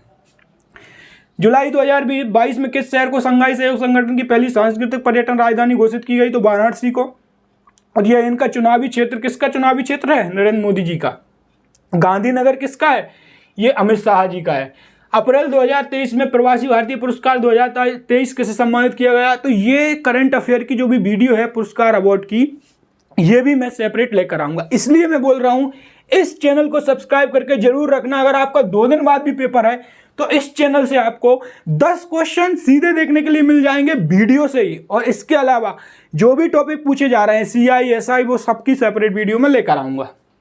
पहले प्रधानमंत्री जवाहरलाल नेहरू, ये डिस्कस कर चुके हैं। एशिया प्रशांत आर्थिक सहयोग का मुख्यालय सिंगापुर में। कहां पर है ये? सिंगापुर में है। द्वैध शासन प्रणाली की शुरुआत ये किसने की? द्वैध शासन प्रणाली की शुरुआत किसने की? तो ये की है रॉबर्ट क्लाइव ने। देखिए हुआ क्या, आपको पता होगा 1757 और 1764, 1757 और 1764। यहां क्या हुआ? यहां हुआ प्लासी का युद्ध। और यहाँ क्या हुआ 1764 में बक्सर का युद्ध हुआ। प्लासी के युद्ध में एक तरफ कौन थे? सिराजुद्दौला। सिराजुद्दौला। और ये किसके पुत्र थे? अलीवर्दी खां के। अलीवर्दी खां के पुत्र कौन थे? अलीवर्दी खां, जिन्होंने 1740 में ये बंगाल के नवाब बने थे। तो ये पुत्र थे सिराजुद्दौला के। अलीवर्दी खां के पुत्र थे सिराजुद्दौला। तो अलीवर्दी खां के पुत्र कौन थे? सिराजुद्दौला। तो अलीवर्दी खां ने एक बात बोली थी सिराजुद्दौला को कि अंग्रेज जो है ना मधुमक्खी के छत्ते की तरह हैं। भैया अंग्रेज कैसे हैं? मधुमक्खी के छत्ते की तरह। आपने मधुमक्खी का छत्ता देखा होगा। कुछ मत बोलो, शांत रहोगे तो हो सकता है वो आपको शहद दे दे, लेकिन अगर उसमें छेड़खानी की आपने तो पता ही आपको क्या अंजाम होगा। तो ये वही है कि उन्होंने बोला था कि अंग्रेज मधुमक्खी के छत्ते की तरह हैं, शांत रहोगे तो शहद देंगे और अगर उनको छेड़ोगे तो ये बहुत बड़ी गड़बड़ी कर देंगे। लेकिन सिराजुद्दौला नहीं माने। क्यों नहीं माने? उसका कारण भी था, क्योंकि बहुत सारे जैसे किलेबंदी करने थे, इन्हें किलेबंदी कर रहे थे ये बंगाल की, और भी बहुत तरीके से परेशान करके रखा था किसने? अंग्रेजों ने। तो सिराजुद्दौला ने छेड़ दी जंग। किसके खिलाफ? अंग्रेजों के खिलाफ। और यहाँ कौन थे? यहाँ थे रॉबर्ट क्लाइव और यहाँ लड़ रहे थे सिराजुद्दौला। जीत तो यही हो जाती सिराजुद्दौला की, लेकिन मीर जाफर जो इनके सेनापति थे, कौन? सिराजुद्दौला के मीर जाफर, ये मिल गए किससे? अंग्रेजों से मिल गए। और भी जो बड़े बड़े अधिकारी थे सिराजुद्दौला के, वो सब अंग्रेजों से मिल गए और राजा पड़ गया रण में अकेला। इसलिए यहां सिराजुद्दौला की हार हुई। नहीं तो इतिहास सोचो यहां से कितना ट्विस्ट लेता कि यहीं से अंग्रेज आए और अगर सिराजुद्दौला का सेनापति अगर दगा नहीं करता, धोखा नहीं देता, तो अंग्रेज जीत नहीं पाते। तो इतिहास का पन्ना फिर हम और कुछ पढ़ते 1757 के बाद, मतलब 1757 के बाद इन्हीं के बारे में पढ़ते सिराजुद्दौला, फिर आगे कोई आता। लेकिन यहां से क्या ट्विस्ट आ गया कि अंग्रेजों की जीत हो गई, क्योंकि इनके सेनापति ने इनको धोखा दे दिया। तो इस में प्लासी के युद्ध में किसकी जीत हुई? अंग्रेजों की। और सिराजुद्दौला की क्या हो गई? हार हो गई। यहां कौन थे? रॉबर्ट क्लाइव थे। रॉबर्ट क्लाइव थे। अब बक्सर का युद्ध हुआ। बक्सर का युद्ध हुआ। बक्सर के युद्ध में तीन सेनाएं थी। शाह आलम द्वितीय जो कि मुगल नवाब थे, शाह आलम द्वितीय, इनकी सेना पहली। दूसरी किसकी सेना? बंगाल के नवाब की सेना। बंगाल के नवाब की सेना। बंगाल के नवाब की सेना। और शाह आलम द्वितीय की सेना, बंगाल के नवाब की सेना, ये इस तरफ थी। और इधर थी तीसरे नंबर पर अवध के नवाब की सेना। अवध के नवाब की सेना। और एक तरफ सिर्फ थे अंग्रेज। सॉरी दोस्तों, अगर इसमें मैं अगर कुछ भूल रहा हूं बंगाल के नवाब या अवध के नवाब में, तो आप मुझे कमेंट में बताएं। लेकिन शायद मुझे ये याद है कि इन तीनों की ही सेना थी। शाह आलम द्वितीय मुगल की तरफ से थे, बंगाल के नवाब थे और अवध के नवाब थे। एक तरफ इनकी सेना और दूसरी तरफ थी अंग्रेजों की सेना। इनके बीच युद्ध होता है और फिर से इन तीनों सेनाओं को कौन हरा देता है? अंग्रेज। और अब भारत वाले समझ गए थे कि अब जो सबसे बड़ी शक्ति है सामने वो सिर्फ अंग्रेज ही है। तो 1764 में युद्ध हुआ। अब 1764 में युद्ध हुआ तो 1765 में हुई संधि। 1765 में हुई संधि, बंगाल की संधि। इस तरीके से दो संधियां हुई। 1765 में वहां से ब्रिटेन से रॉबर्ट क्लाइव को भेजा गया कि आप जाओ और 1765 में संधि करके आओ। तो यहां से यही हुआ कि द्वैध शासन की प्रणाली शुरुआत हुई कि जो अंग्रेज रहेंगे वो मेन व्यवस्था को चलाएंगे, अंतर्राष्ट्रीय लेवल की व्यवस्था को चलाएंगे, कर लेंगे, ये सब काम वो ही करेंगे। और राजा तो एक तो ये शासन होगा, दूसरा राजा जो रहेगा वो सिर्फ नाम मात्र का रहेगा, वो सिर्फ जनता को देखेगा और राजा की पदवी रहेगी। तो ये दूसरा शासन होगा। तो एक राज्य में दो शासन, इसी को द्वैध शासन प्रणाली की शुरुआत कहाँ से हुई? तो रॉबर्ट क्लाइव से हुई, अंग्रेजों के समय से हुई। कौन एक प्रसिद्ध पत्रकार है? रवीश कुमार। और इन्हें मिला है Raman Magsaysay award. Raman Magsaysay award जिसे एशिया का नोबेल कहा जाता है। पहला किसे मिला था रमन मैग्सेसे पुरस्कार? विनोबा भावे। प्रथम बोस संगीति किसके अध्यक्ष कौन थे? तो ये थे महाकश्यप। नेक्स्ट क्वेश्चन करते हैं। एम्बुलेंस सेवा की अवधारणा स्पेनिश से ली गई है। अंतर्राष्ट्रीय मुद्रा कोष में कितने सदस्य हैं? तो ये क्वेश्चन हर शिफ्ट में आ रहा है। मैं आपके लिए एक वीडियो लेकर आऊंगा। कौन सी IMF, ये जितने भी संगठन हैं उन सब की वीडियो लेकर आऊंगा। एक भी क्वेश्चन बाहर नहीं जाएगा। तो प्लीज दोस्तों इस चैनल को लाइक शेयर सब्सक्राइब करके जरूर रखना। Festival of innovation and entrepreneurship का उद्घाटन किसने किया? राष्ट्रपति द्रौपदी मुर्मू। और ये पूछा गया था अभी पटवारी में कि जो द्रौपदी मुर्मू जी है ये किस नंबर की हैं? तो ये 15वें नंबर की हैं। कौन से नंबर की है? 15वें नंबर की। और प्रधानमंत्री नरेंद्र मोदी भी कौन से नंबर के हैं? 15वें नंबर पर। और उपराष्ट्रपति कौन से नंबर के हैं? 14वें नंबर पर। ये आपको याद रखना है। एशिया पैसिफिक इकोनॉमिक फिर वो इंटरनेशनल हेडक्वार्टर से क्वेश्चन आ रहा है सिंगापुर में। भारत का सबसे बड़ा नदी मुहाना कौन सा है? तो गंगा नदी का मुहाना भारत का सबसे बड़ा नदी मुहाना है। नेक्स्ट क्वेश्चन है बाघ की गुफाओं की चित्रकारी कहां पर स्थित है? तो ये मध्य प्रदेश में। मध्य प्रदेश में भी कहां? धार में स्थित है। नेक्स्ट क्वेश्चन है संविधान का कौन सा संशोधन दल बदल विरोधी कानून से संबंधित है? तो ये है 52वां। ये याद रखना है हमें। 2 और 42वां जो इंपॉर्टेंट है और एक 44वां। 42वां संविधान संशोधन इंदिरा गांधी जी की सरकार में और 44वां संविधान संशोधन मोरारजी देसाई की सरकार में। इसमें प्रस्तावना में 3 शब्द जोड़े गए थे: अखंडता, समानता, पंथ निरपेक्ष। ये 3 शब्द जोड़े गए थे 42वां संविधान संशोधन में और ये यूपीएससी का पूछा हुआ क्वेश्चन है। 44वां संविधान संशोधन में संपत्ति का अधिकार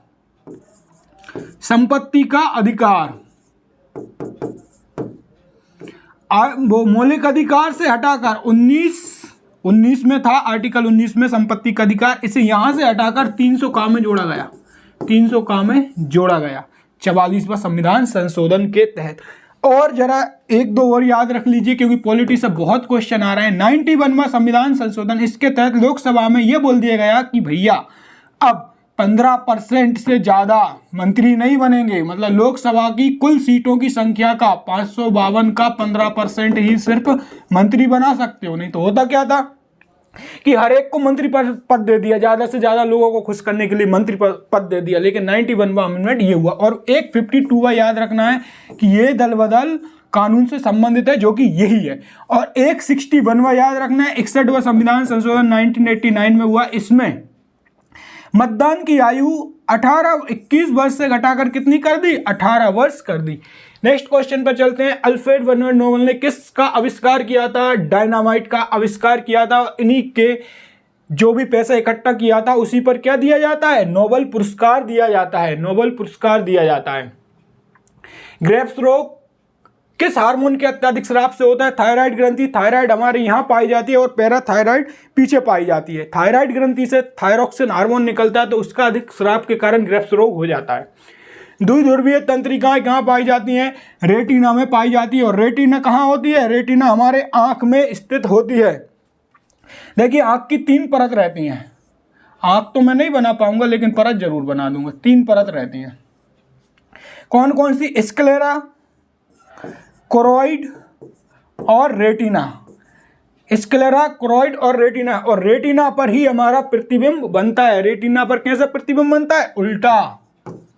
उल्टा प्रतिबिंब बनता है। कहां पर? रेटिना पर प्रतिबिंब बनता है। आगे क्या रहता है? आगे रहता है कॉर्निया और यहीं से क्या होती है? Light pass. अगर नेत्रदान बोला जाता है कि किसी का नेत्रदान हो रहा है तो आई डोनेट में सिर्फ कॉर्निया का ही डोनेट किया जा सकता है। तो नेत्रदान में आंख के किस भाग का दान किया जाता है? तो कॉर्निया जो कि आगे रहती है, कॉर्निया का दान किया जाता है। रेटिना पर कैसा प्रतिबिंब बनता है?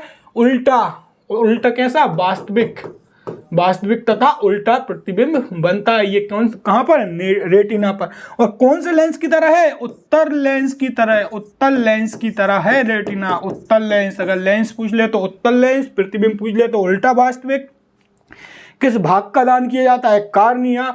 और पूछ ले कि ये ब्लू आइज, जो नीली नीली आंखें हैं और जो भूरी भूरी आंखें हैं और तेरी जो काली काली आंखें हैं, ये किस रंग के कारण है? तो उसकी कुछ इसमें योगदान नहीं है कि उसकी ब्लू आइस है या ब्लैक आइस है। इसका कोई योगदान नहीं है। आप भले ही उसकी तारीफ करो, वो सिर्फ किसका योगदान है? आइरिस का योगदान है। आइरिस का। ये आइरिस की मेहरबानी हुई कि उसकी कैसी आइस हो गई? ब्लू आइस हो गई। तो ये रंग का निर्धारण कौन करता है? आइरिस करता है। और आंख में कितना प्रकाश जाना है कितना नहीं जाना है इसका निर्धारण करती है पुतली। कौन करता है? पुतली करती है।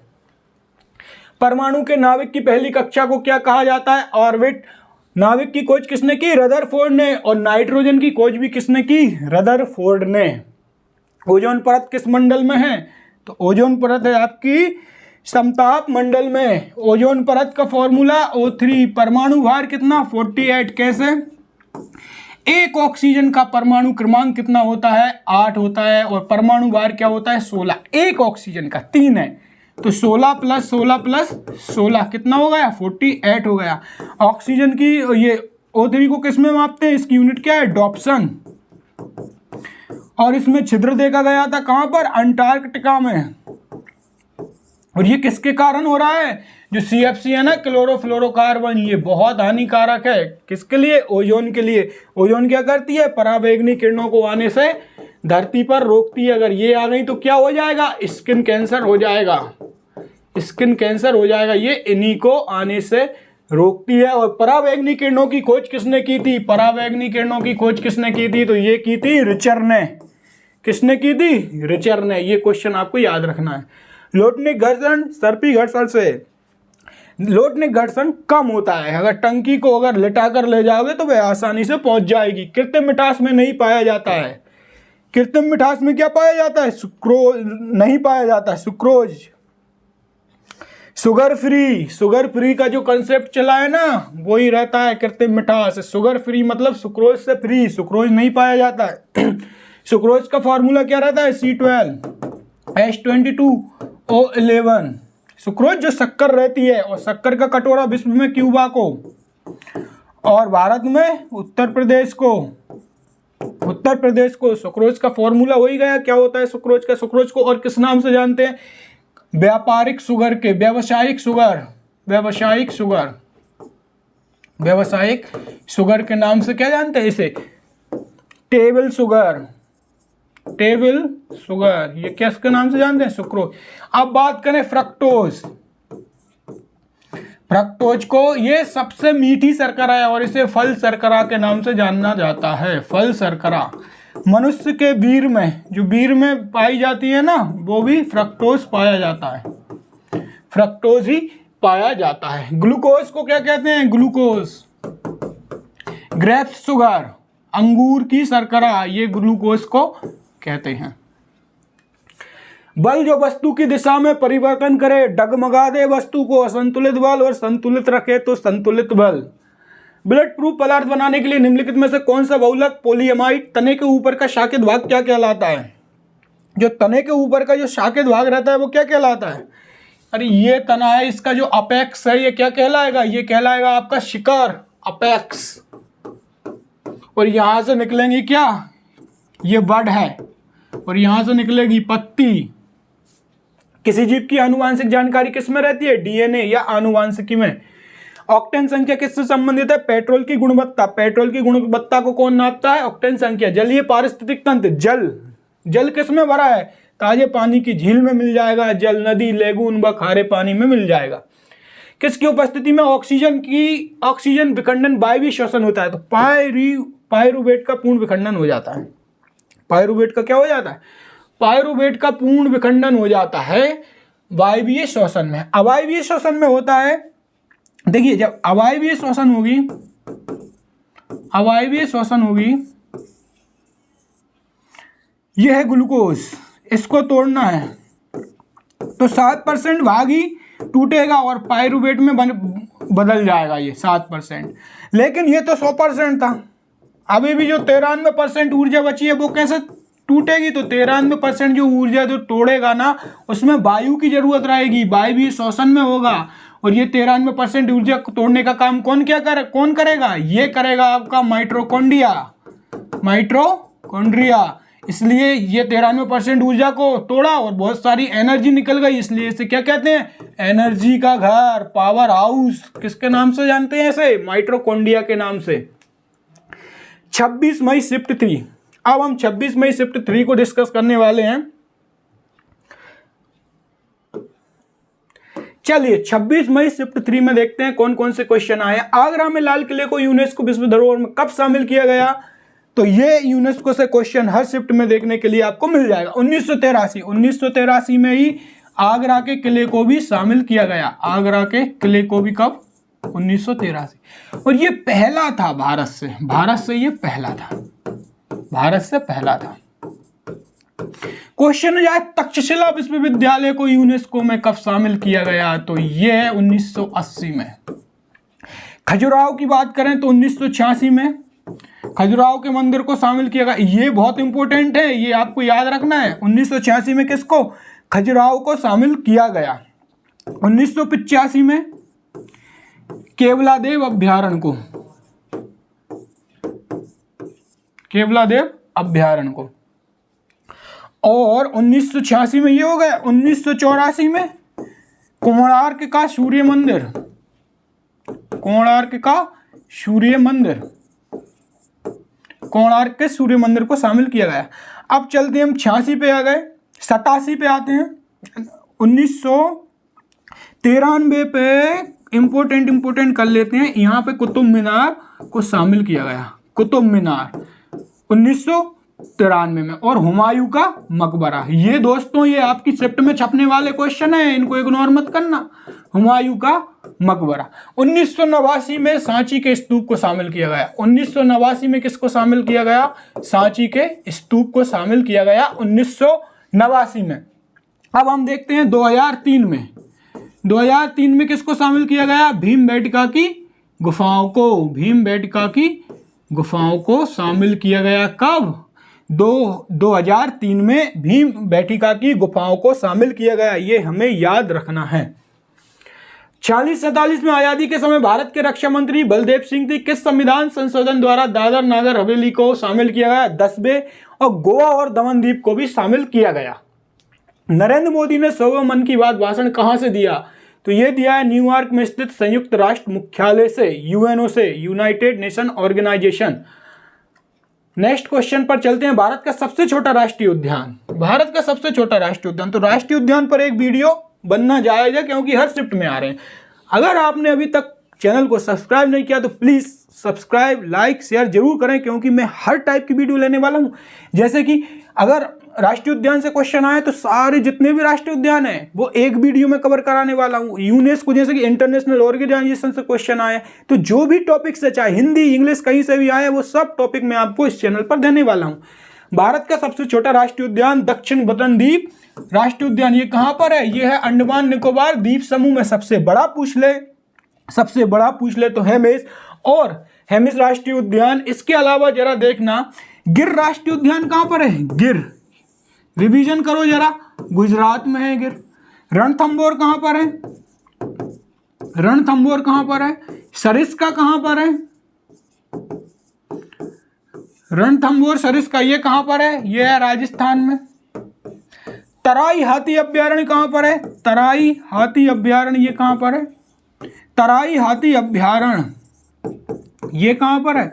ये है यूपी में, ये है यूपी में। काजीरंगा कहां पर है? काजीरंगा राष्ट्रीय उद्यान ये है सिक्किम में। काजीरंगा कहां पर है? काजीरंगा है सिक्किम में। नागार्जुन श्रीशैलम ये कहां पर है? नागार्जुन श्रीशैलम ये है आंध्र प्रदेश में, ये है आंध्र प्रदेश में। मधुमलाई ये कहां पर है? ये मधुमलाई ये कहां पर है? ये है आपका तमिलनाडु में, ये है आपका तमिलनाडु में। अब कहां बचा? एमपी में तो आपको पता ही होगा, काजीरंगा, एमपी में सॉरी, कान्हा किसली राष्ट्रीय उद्यान है, पेंच है, संजय डुबरी है, संजय राष्ट्रीय उद्यान या डुबरी राष्ट्रीय उद्यान, घुघुआ राष्ट्रीय उद्यान है, फॉसिल, जीवाश्म, पेंच, और एक भोपाल में वन विहार, ये एमपी में है। इस स्लाइड में से आपको एक क्वेश्चन देखने के लिए मिल जाएगा।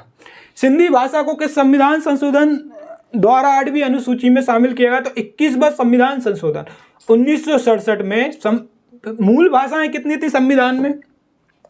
संविधान में ये तो शामिल की गई, ये तो शामिल की गई है। सबसे पहले 14 भाषाएं थी, अब कितनी है? 22 भाषाएं। तो यहां से 14 से 22 तक ये संविधान संशोधन के तहत ही शामिल किया गया। तो सिंधी को 1967 में 21वें संविधान के तहत शामिल किया गया है, तो आपको ये याद रखना है। विश्व बैंक की स्थापना 1944 में हुई, मुख्यालय है वॉशिंगटन डीसी में। और यूनेस्को की स्थापना 1945 में हुई, मुख्यालय कहाँ है? न्यूयॉर्क, फ्रांस में।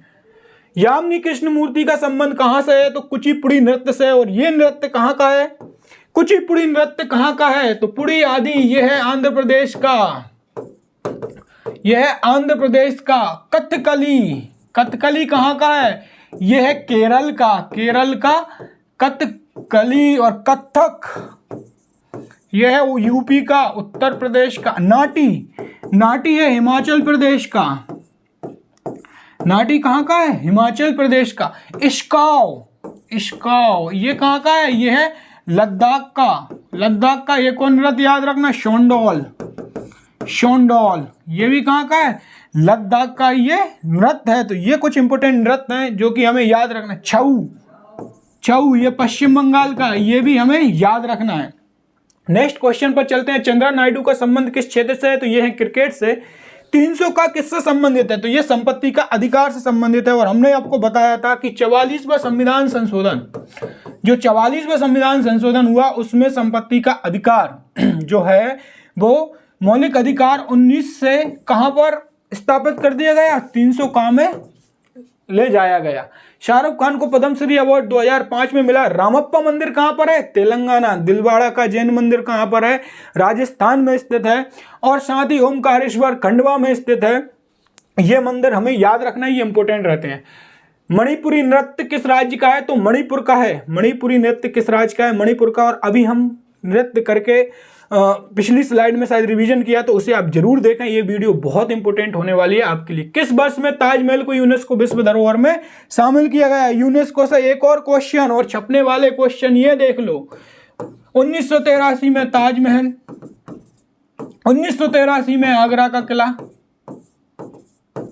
1983 में ही आगरा का किला, ये बड़ा इंपॉर्टेंट अब ये आएगा आपका। आगरा के किले को यूनेस्को की विश्व धरोहर में कब शामिल किया गया? 1983।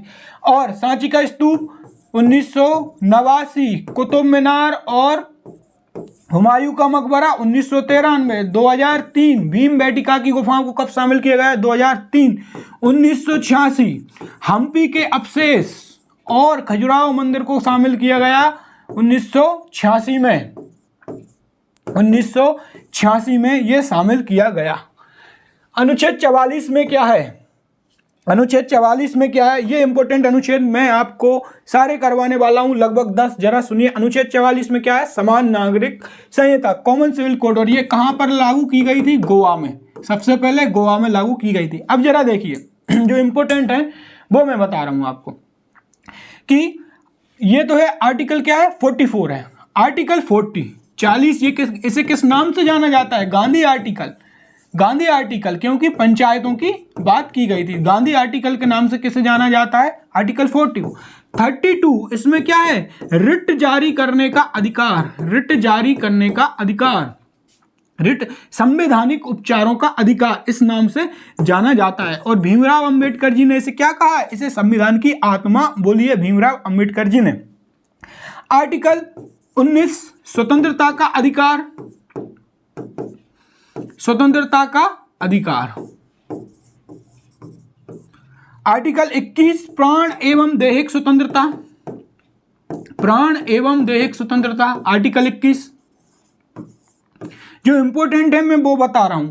आर्टिकल 23 बलाश्रम पर रोक, जो भी मजदूरी है, बंधुआ मजदूरी, उस पर रोक है। आर्टिकल 24 में बोला है 14 वर्ष से कम आयु वाले बच्चों को जोखिम भरे काम नहीं कराए जा सकते, जैसे कि कारखाने वगैरह। ये इंपॉर्टेंट है, ये आपको याद रखना है। 27 ठीक है, 26 25 देखना है आपको। अंतःकरण की ओर से धर्म को अबाध रूप से मानने की स्वतंत्रता।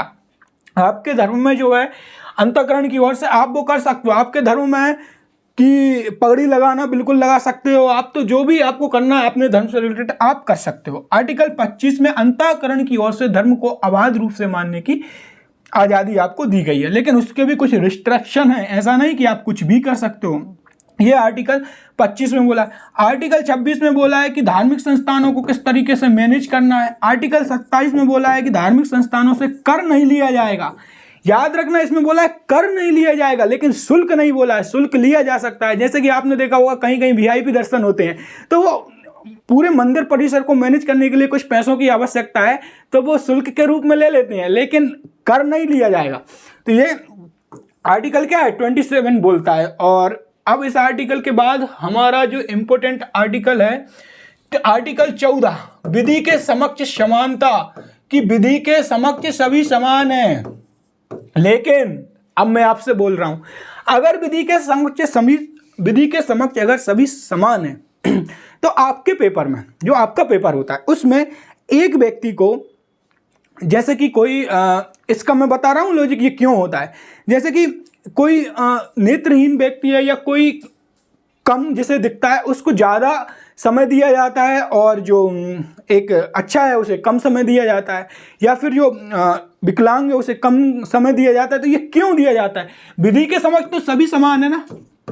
जब विधि के समक्ष सभी समान है, तो अगर आप रेलवे प्लेटफॉर्म पर हो तो वहां पर दो लाइन क्यों लगाई जाती है? एक महिलाओं की लाइन लगाई जाती है, एक जेंट्स की लाइन लगाई जाती है, और एक बुजुर्गों की लाइन लगाई जाती है, जबकि विधि के समक्ष तो सभी समान है।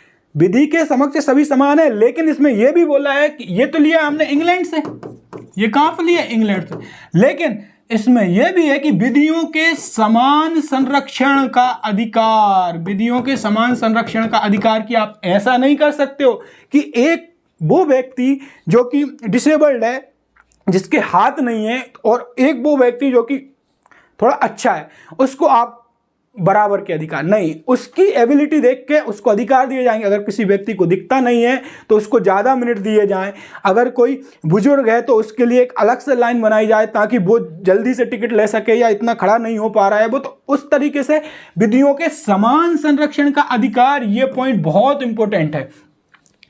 अब आर्टिकल 14 हो गया। आर्टिकल 15 है, धर्म जाति लिंग के आधार पर कोई भेदभाव नहीं किया जाएगा। आर्टिकल 16 है, अफसर में समानता, जो भी नौकरी मिलेंगी उनमें सभी में समानता है, ये आर्टिकल 16। और 17 में बोल रहा है छुआछूत को हटाओ, अस्पृश्यता का अंत। और आर्टिकल 18 बोलता है उपाधियों का अंत, कोई भी शिक्षा के अलावा और मिलिट्री के अलावा कोई उपाधि धारण नहीं कर सकता। शिक्षा में जैसे डॉक्टर लगा सकते, मिलिट्री में जैसे जनरल लगा सकते, लेकिन ये नहीं कायदे आजम या ये और राजा साहब, ये उपाधि ऐसे ही नहीं लगा सकते हो आप।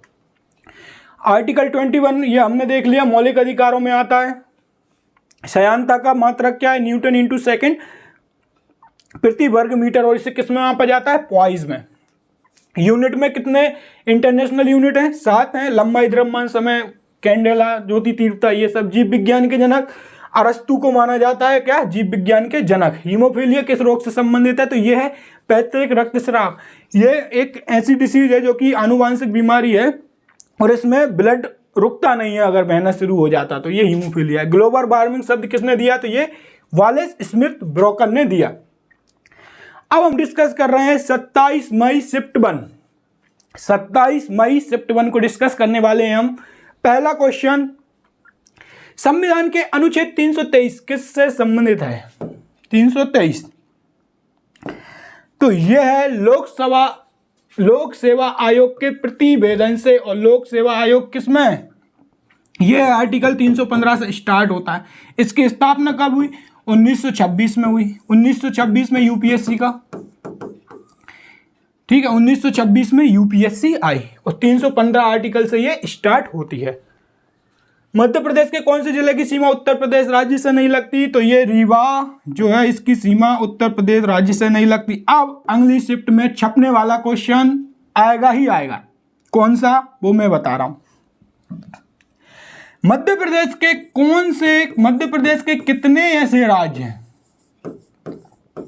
कितने राज्य हैं जिनकी सीमा, कितने जिले हैं जिनकी सीमा 2 राज्यों को स्पर्श करती है? 2 राज्यों को स्पर्श करती है, तो इनकी संख्या है 6। कौन कौन से? जरा देखिए, यूपी व राजस्थान की सीमा से लगने वाले 2 जिले बताओ। 2 जिले नहीं, कौन? 2 जिले ही स्पर्श करते हैं, मुरैना और शिवपुरी। मुरैना, शिवपुरी, ये यूपी और राजस्थान दोनों की बाउंड्री को साझा करते हैं। अब राजस्थान व गुजरात, इन दोनों की कॉमन बाउंड्री पर कौन है? राजस्थान व गुजरात की कॉमन बाउंड्री पर है झाबुआ। अब गुजरात और महाराष्ट्र से मध्य प्रदेश का कौन सा एक जिला साझा करता है? तो वह है अलीराजपुर। अब है महाराष्ट्र और छत्तीसगढ़, तो ये है बालाघाट। कौन सा है? बालाघाट। ये कितने हो गए? 1 2 3 4 5। और अब छत्तीसगढ़ व यूपी से कौन सा जिला साझा करता है? सिंगरौली। ये होगा 6। इसमें से एक क्वेश्चन आपकी शिफ्ट में 100% मिलने वाला है। नेक्स्ट क्वेश्चन है पातालकोट में कौन सी जनजाति सबसे अधिक पाई जाती है? तो पातालकोट में कौन सी जनजाति पाई जाती है? भारिया। और इसे आदिवासियों का भी आदिवासी कहते हैं। आदिवासी का आदिवासी। कौन सी? भारिया जनजाति को अत्यधिक पिछड़ी जनजाति में आती है। कौन सी? भारिया। और इसके साथ एक और है सहरिया, और भी एक और है जो कि पिछड़ी जनजाति में आती है। तो आदिवासियों का आदिवासी, पिछड़ी जनजाति, ये कौन है? भारिया। और पातालकोट की आकृति कैसी है? घोड़े की नाल जैसी है। ऊपर से देखने पर पातालकोट की आकृति घोड़े की नाल जैसी लगती है। और ये कहां पर अत्यधिक पाई जाती है? छिंदवाड़ा में अत्यधिक पाई जाती है। अंतर्राष्ट्रीय मुद्रा कोष की पहली मुख्य ये गीता गोपीनाथ। तो इंटरनेशनल ऑर्गेनाइजेशन से संबंधित मैं एक पूरी सेपरेट वीडियो लेने वाला हूं, क्योंकि हर शिफ्ट में 2 क्वेश्चन, एक क्वेश्चन देखने के लिए मिल रहा है। तो ये वीडियो आपको शायद शाम को मिल जाएगी। तो आप इस चैनल को जरूर लाइक शेयर सब्सक्राइब करें, क्योंकि ये आपके लिए बहुत फायदेमंद है। देखिए वो आ गया विश्व बैंक का इंटरनेशनल ऑर्गेनाइजेशन की वीडियो मैं आपको लेकर आने वाला हूं। आप अपने 3 नंबर बिल्कुल पक्के कर सकते हो, उससे बाहर नहीं पूछा जाएगा। नेक्स्ट क्वेश्चन है भारत का सर्वोच्च नागरिक सम्मान कौन सा है? तो ये है भारत रत्न। और ये किसको दिया गया था? सर्वपल्ली राधाकृष्ण जी को। सर्वपल्ली राधाकृष्ण। सीवी रमन, ये भारत रत्न। नेक्स्ट क्वेश्चन है मध्य प्रदेश में कालिदास पुरस्कार 2022 से किसे सम्मानित किया गया? तो ये कुछ नाम है, और मैं अवार्ड से लेकर एक सेपरेट वीडियो लेकर आने वाला हूं, ताकि जिसमें हर शिफ्ट में जो भी अवार्ड पूछे जाएंगे ना, वो आपको उसी वीडियो से देखने के लिए मिल जाएंगे। इसलिए इसका नोटिफिकेशन जरूर आप ऑन करके रखना और सब्सक्राइब कर रखना, क्योंकि अब बहुत सारी वीडियो ऐसी आएंगी। जैसे कि अवार्ड से अगर आप शिफ्ट में क्वेश्चन पूछा है, तो शाम को आपको अवार्ड की पूरी सेपरेट वीडियो मिलने वाली है। इंटरनेशनल ऑर्गेनाइजेशन से पूछे तो वो सेपरेट वीडियो मिलने वाली है। हिंदी में भी अगर किसी टॉपिक से पूछ रहा है, काल से अगर पूछा तो वो सेपरेट वीडियो, समाज से पूछा तो सेपरेट वीडियो, और वन वर्ड सब्स्टिट्यूशन से पूछा तो सेपरेट वीडियो। कहने का मतलब कि आपके यहीं से इतने नंबर पक्के होने वाले हैं कि आपको पेपर में वही देखने के लिए मिलेगा जो इस वीडियो में देखने के लिए मिलेगा आपको। बीबी का मकबरा किसके नाम पर रखा गया? तो दिलराश बानो बेगम के नाम पर। दिलराश बानो बेगम। और ये किसकी पत्नी थी? ये थी औरंगजेब की। औरंगजेब की। पटवारी में पूछा गया औरंगजेब की मृत्यु कब हुई? तो 1707 ईस्वी में किसकी मृत्यु हुई? औरंगजेब की मृत्यु हुई। क्रम पूछ लेगा तो बाबर, हुमायूं, अकबर, जागीर, शाहजहां, और फिर आएगा औरंगजेब। तो जो भाजपा है ना, भाजपा, BHAJPA, भाजपा, उसी में से P हटा के क्या लिख देना? J लिख देना। तो ये क्या बन जाएगी? भाजशाह। और भाजशाह ये ट्रिक हो जाएगी। भाजशाह ये क्या हो जाएगी? इनको याद करने की ट्रिक हो जाएगी। बाबर, हुमायूं, अकबर, जागीर, शाहजहां और औरंगजेब। नेक्स्ट क्वेश्चन है भारत की सबसे बड़ी नदी द्वीप कौन सी है? ब्रह्मपुत्र नदी, माजुली द्वीप। और ये कहां पर है? असम में। कहां पर है? असम में। असम में कौन सी है? माजुली द्वीप सबसे बड़ी नदी द्वीप। ब्रह्मपुत्र की बात करें तो ये चीन के निकलेगी यहां से, तिब्बत से, फिर आएगी भारत में, फिर जाएगी बांग्लादेश में। तो ये 3 देशों से निकल रही है। 3 देशों से निकलने वाली नदी कौन सी है? ब्रह्मपुत्र नदी है।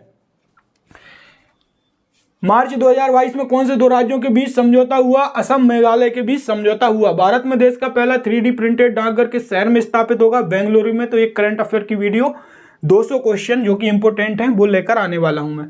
कौन सा अनुच्छेद हर राज्य में उच्च न्यायालय की स्थापना के लिए कहता है? तो ये कहता है 214। और ये कहां तक है? हाई कोर्ट 214 से 233 तक है।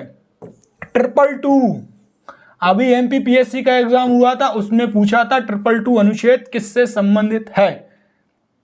तो ये 222 आपको कमेंट करके बताना है कि ये किससे संबंधित है।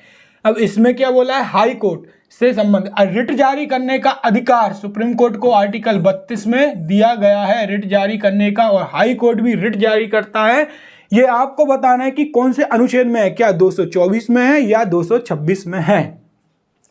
और हम कुछ अनुच्छेद जो कि इंपॉर्टेंट है वो देख लेते हैं, जैसे कि 143 इस अनुच्छेद में राष्ट्रपति सुप्रीम कोर्ट के न्यायाधीश से सलाह मशवरा रह सकता है, आर्टिकल 143 के तहत। अब यहां से देखिए जो आपकी शिफ्ट में आने वाले हैं अनुच्छेद कुछ, जो कि यहां पर आपके बोर्ड पे ये रहे, ये कि यहां है संसद किससे मिलकर बनी होती है, पहला प्रश्न यही आएगा। तो याद रखना, लोकसभा, राज्यसभा और राष्ट्रपति तीनों संसद के अभिन्न अंग होते हैं। लोकसभा, राज्यसभा और राष्ट्रपति तीनों संसद के अभिन्न अंग होते हैं। आर्टिकल, संसद किस आर्टिकल में है, क्लॉकवाइज घुमाना है।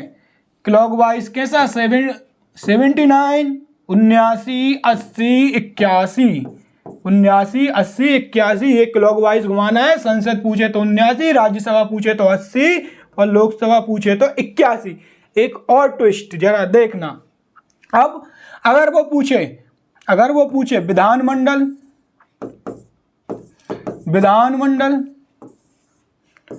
विधान परिषद और विधानसभा, विधानमंडल का अभिन्न अंग, विधानमंडल किस किस से मिलकर बनी है, तो विधानमंडल मुख्यमंत्री, विधानमंडल देखिए राज्यपाल, विधानसभा और विधान परिषद से मिलकर बनी है। संसद किससे मिलकर बनी है, लोकसभा, राज्यसभा और राष्ट्रपति से, ये तीनों अभिन्न अंग होते हैं।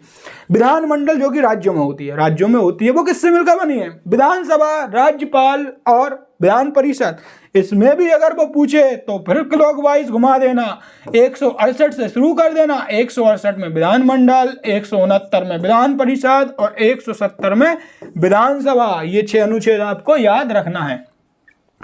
अनुसूचित जाति आयोग का वर्तमान अध्यक्ष कौन है, तो विजय शांपला है, और इससे रिलेटेड अगर अनुच्छेद पूछा जाए तो वो है 338, अनुसूचित जाति जनजाति से रिलेटेड अनुच्छेद 338, और ये अगली शिफ्ट में देखने मिल जाएगा। ये एमपीपीएससी में ही पूछा गया था। संघ लोक सेवा आयोग के अध्यक्ष अपनी रिपोर्ट किसे देते हैं, राष्ट्रपति को, और यूपीएससी का गठन कब हुआ, 1926 में हुआ। ये आपको याद रखना है। आर्टिकल कहां से स्टार्टिंग है, 315 से स्टार्ट 323 तक। निम्नलिखित में से कौन कार्बन का एलोट्रोपिक रूप है, तो ग्रेफाइट है, और ग्रेफाइट विद्युत का सुचालक है, इससे पेंसिल बनाई जाती है ग्रेफाइट से। तबला और पखावज उपयोग कौन से नृत्य होता है, तो कथक नृत्य में ये उपयोग होता है। घी बनाने के लिए किस गैस का उपयोग किया जाता है, तो घी बनाने के लिए हाइड्रोजन गैस का उपयोग किया जाता है। घी का सबसे बड़ा कारखाना मध्य प्रदेश में कहां पर है, तो मध्य प्रदेश में है बांसवाड़ा में, बांसवाड़ा। और ये किस जिले के अंतर्गत आता है, ये आता है विदिशा के अंतर्गत। और विदिशा से ही कौन है, अब मैं हूं।